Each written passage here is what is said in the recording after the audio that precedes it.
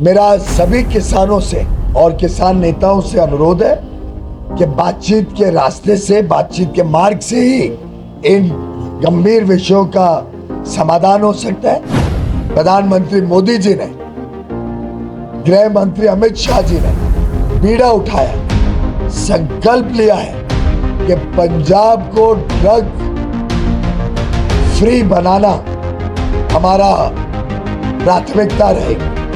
पंजाब में नशीले पदार्थों से हमें पंजाब के युवा युवतियों को, पंजाब के परिवारों को, पंजाब के लोगों को इन नशीले पदार्थों से, ड्रग से पूरी तरीके से मुक्त करवाना, ये मोदी जी की गारंटी है। और आप सब जानते हैं कि मोदी जी की गारंटी यानी गारंटी पूरा होने की गारंटी के समेत आती है। पंजाब की जनता भली भांति जानती है कि संवेदनशील नेतृत्व जो प्रधानमंत्री मोदी जी ने 10 साल में दिया है, जिस प्रकार से गरीबों के लिए, किसानों के लिए, नारी शक्ति के लिए, युवाओं के लिए ढेर सारी योजनाओं से लाभ पहुंचा है, जिस प्रकार से आगे आने वाले 25 वर्ष अमृतकाल में देश नई ऊंचाइयों तक जा रहा है, जिस प्रकार से मोदी जी ने हर अंतर्राष्ट्रीय संघ पे, चाहे वो वर्ल्ड ट्रेड ऑर्गेनाइजेशन हो या अलग अलग संस्थाएं हो, किसानों की, मछुआरों की संरक्षा की है। मुझे लगता है प्रदेश की जनता पूरी तरीके से उनके साथ है। मेरा मानना है आगे का उज्जवल भविष्य के लिए आज अमृतसर की जनता ने, पंजाब के लोगों ने अपना मन बना लिया है कि प्रधानमंत्री मोदी जी को फिर एक बार इतना आशीर्वाद भेजेंगे और पंजाब से विशेषकर इतने समर्थक मोदी जी के साथ खड़े होंगे, मोदी जी के टीम में काम करेंगे, जिससे पंजाब में भी विकास की धारा तेज गति से आगे आए। अमृतकाल में पंजाब नई ऊंचाइयों तक पहुंचे, पंजाब की जो समस्याएं हैं उसका हल निकाला जाए। मेरा सौभाग्य है कि आज हरमंदिर साहब का दर्शन देने का मुझे न्योता मिला।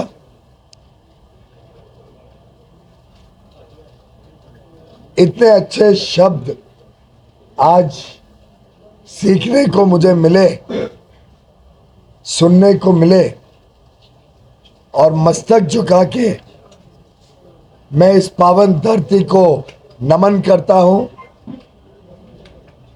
वीरों का बलिदान का साधुवाद करता हूं और अमृतसर के लोगों को अपनी शुभकामनाएं देता हूं। पंजाब की पावन धरा पर जहां 5 नदियां भारत की पहचान बनकर बहती हैं, गुरु नगरी अमृतसर जो सेवा भाव के लिए, राष्ट्र की रक्षा के लिए, भारत की विरासत, भारत के विकास के प्रतीक के रूप में वर्षों से जाना जाता है, इस नगरी ने त्याग भी देखा है, इस नगरी ने बहुत सारे कष्ट भी झेले हैं। यहाँ की विरासत भी हम सबको गौरवान्वित करती है। विकास में भी अमृतसर बड़ी आशा, बड़ी अपेक्षा, बड़ी आकांक्षा के साथ भविष्य को देखता है और मुझे पूरा विश्वास है पंजाब, विशेषकर अमृतसर, भारत के उज्जवल भविष्य के लिए, भारत का भाग्य और अच्छा बनाने के लिए, भारत में गरीबों का कल्याण, नारी शक्ति का सम्मान, किसानों के लिए अपार अवसर और युवा शक्तियों के उज्जवल भविष्य के लिए अमृतसर के लोग आगे आने वाले दिनों में प्रधानमंत्री नरेंद्र मोदी जी को अपार आशीर्वाद, अपार शुभकामनाएं, एक संदेश भेजने के लिए आतुर है कि अब वो अमृतसर की विकास यात्रा को भी देश की विकास यात्रा के साथ तेजी से जोड़ना चाहते,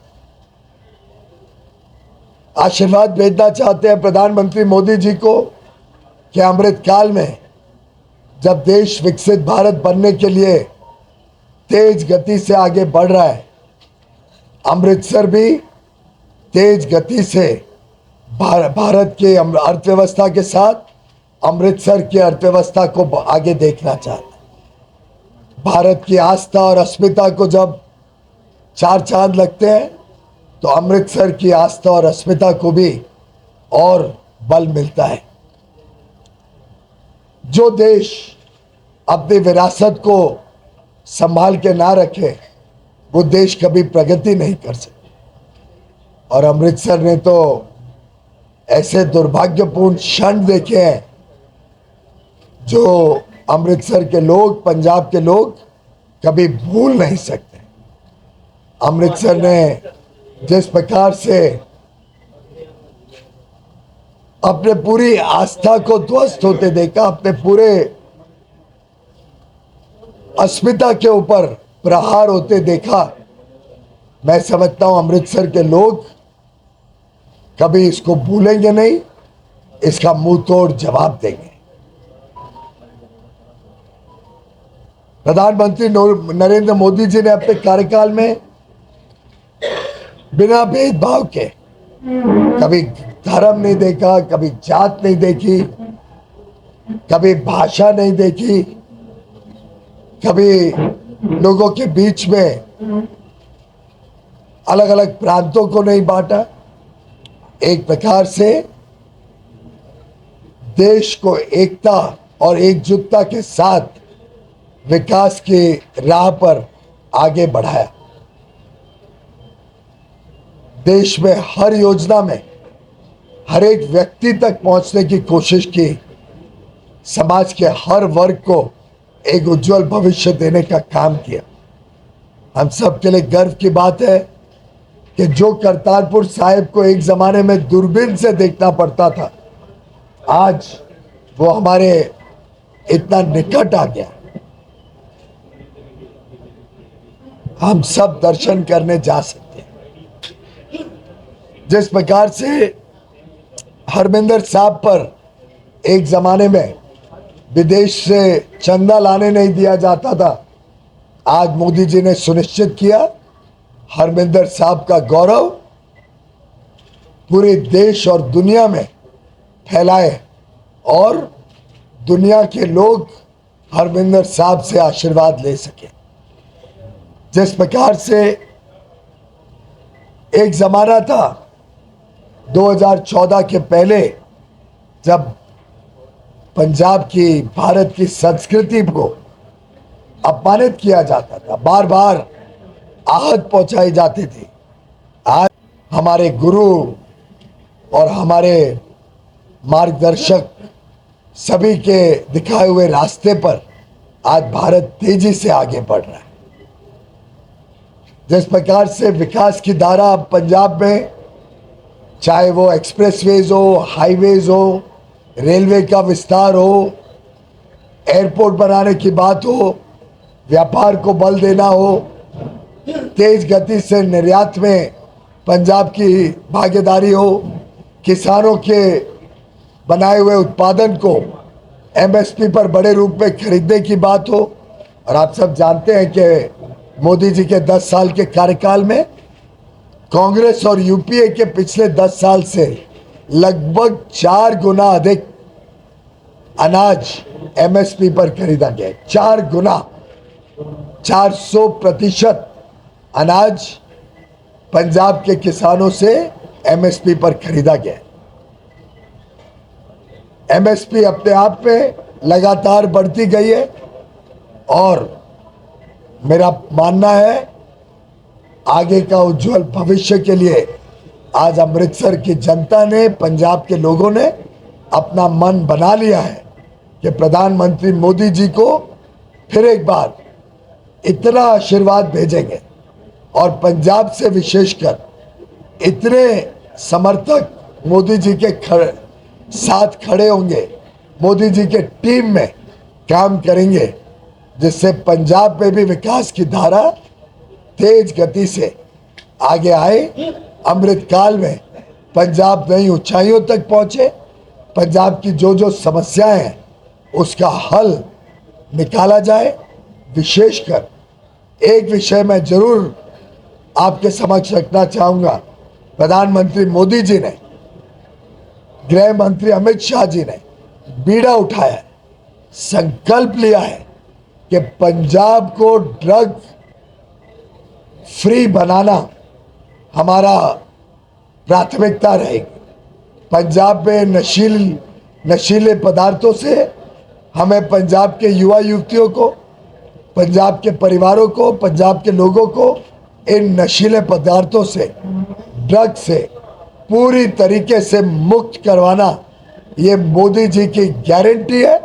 और आप सब जानते हैं कि मोदी जी की गारंटी यानी गारंटी पूरा होने की गारंटी के समेत आता है।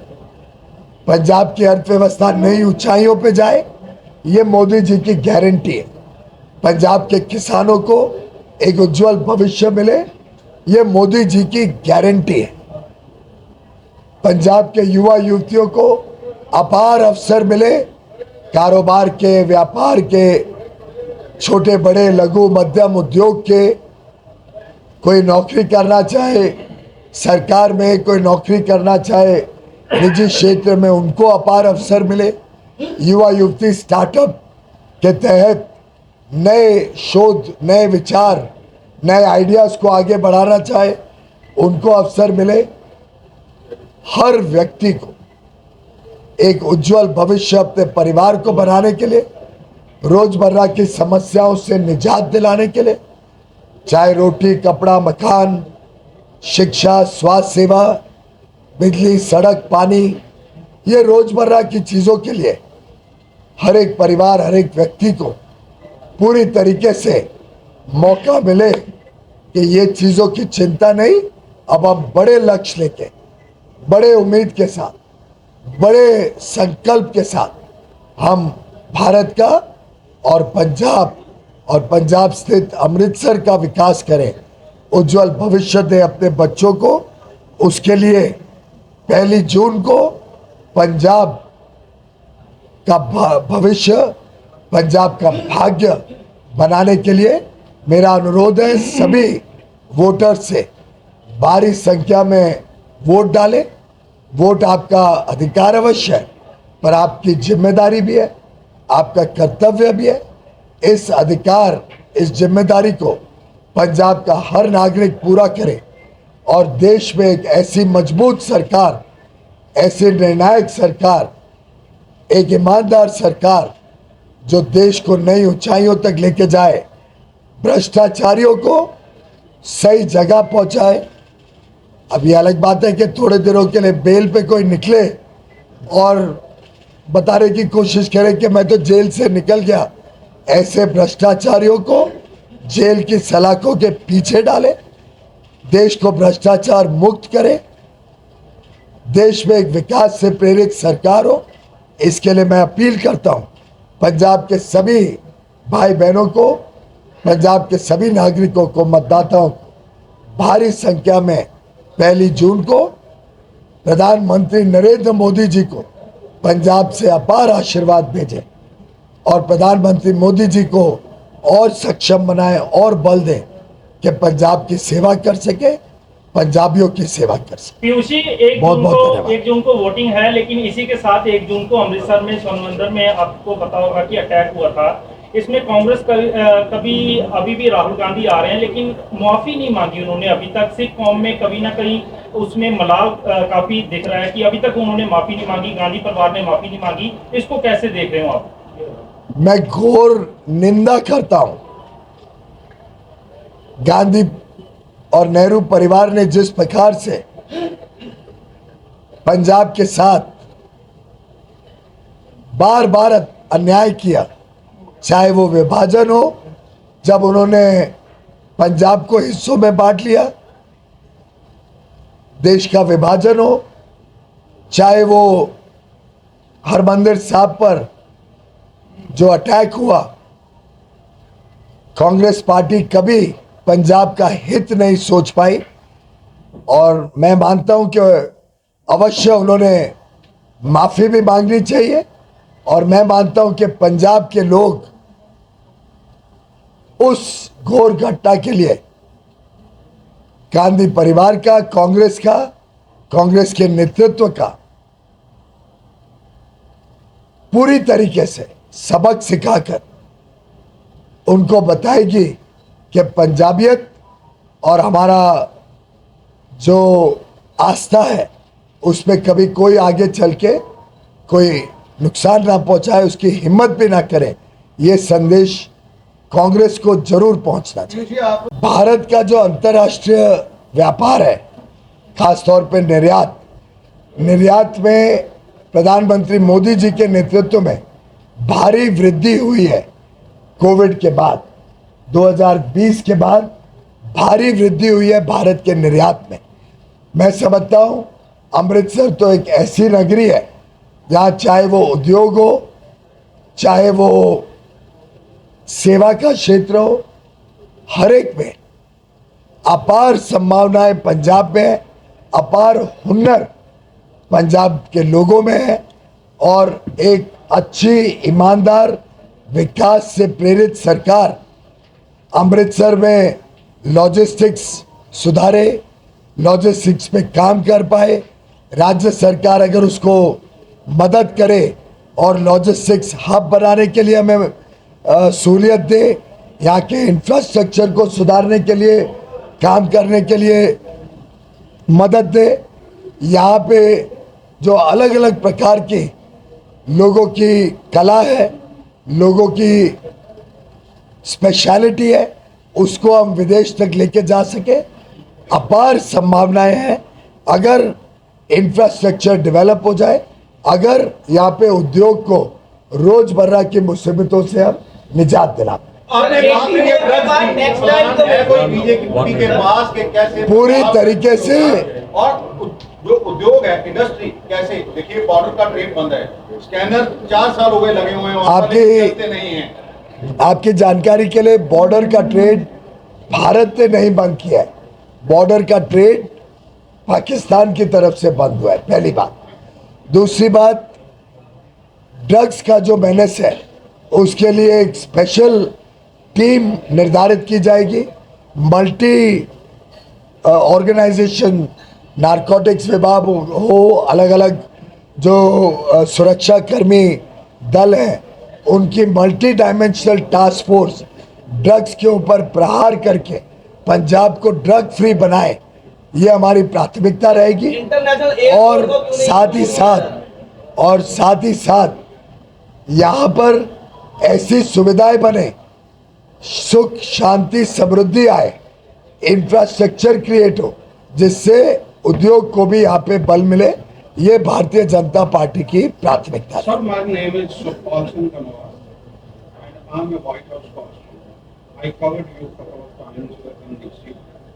First of all, आपको जो US ट्रेड डिपार्टमेंट है, उनकी एम्बेसडर आई की जो अभी 2023 की रिपोर्ट उन्होंने दी है, उसमें 23% इंक्रीज हुआ है इंडो यूएस ट्रेड आपके। और वहाँ मैंने आपको गलत होटल में एक प्रेस ब्रीफिंग में क्वेश्चन पूछा था कि बीजेपी की गवर्नमेंट के ऊपर ये क्वेश्चन बार बार उठता है कि आप पंजाब को कोई बड़ी चीज़ नहीं देते, इंडस्ट्री नहीं देते। तो उसमें मैं आपको और अपने ये मीडिया कर्मियों के सामने दोबारा वही क्वेश्चन दोहराना चाहता हूँ कि टेक्सटाइल पार्क तो पीएम मित्रा, बहुत बढ़िया, मैंने वहाँ पूछा था कि वो पंजाब के क्यों नहीं मिला। वो बहुत बढ़िया प्रश्न है भाई साहब। हमने पीएम मित्रा मेगा टेक्सटाइल पार्क्स 1000 एकड़ के 5 टेक्सटाइल पार्क के लिए कंपटीशन बनाई थी। हर एक प्रदेश को रिक्वेस्ट की कि आप प्रपोजल भेजो, हर एक प्रदेश को, और लगभग मेरे ख्याल से 18 या कितने प्रपोजल आए केंद्र सरकार के पास। मुझे आपको दुख से सूचित करना पड़ता है, और मैंने शायद आपको उस टाइम पे भी बताया, बड़े दुख से सूचित करना पड़ता है, और इसीलिए मैंने पिछले सवाल का यही जवाब दिया। राज्य सरकार की अगर सहायता नहीं हो तो केंद्र सरकार की योजना कैसे प्रदेश को नहीं पहुंच पाती। मेगा टेक्सटाइल पार्क के लिए 1000 एकड़ की जमीन आवश्यक थी, तभी तो स्केल बड़ा होगा, तभी निवेशक बड़े रूप में आएंगे। पंजाब की सरकार ने कंप्लीट प्रपोजल भेजा नहीं, एक प्रपोजल में कोई जमीन की डिटेल्स के साथ ऐसा प्रपोजल भेजा ही नहीं जो हम कंसिडर करके यहाँ एक मेगा टेक्सटाइल पार्क दे पाते। तमिलनाडु को मिल गया, वहाँ पे भी कांग्रेस की सरकार है। तेलंगाना को मिल गया, वहाँ पे भारतीय राष्ट्रीय समिति की सरकार थी। इसमें कभी मोदी जी ने भेदभाव नहीं किया। हर प्रदेश को, हर एक प्रदेश को मौका उपलब्ध था। ट्रांसपेरेंट सिस्टम से मार्किंग की गई, पूरा सिस्टम वेबसाइट पे लगाया गया, कैसे मार्किंग की जाएगी, राज्य सरकार क्या सहूलतें देगी, जमीन उपलब्ध कराएगी जिससे जमीन सस्ती दरों पे लोगों को मिल सके उद्योग लगाने के लिए। मेरे को बड़े दुख होता है आपको बताते कि पंजाब बार बार ऐसे मौके खोती गई है। इसीलिए अनुरोध करता हूँ कि पंजाब की जनता एक ऐसा संदेश दे कि यहाँ की राज्य सरकार को भी ध्यान आए कि हमें विकास के साथ जुड़ना है, बजाय कि हम भ्रष्टाचार और विवादित राजनीति में पूरे समय लेते हैं। केजरीवाल साहब बहुत बहुत धन्यवाद।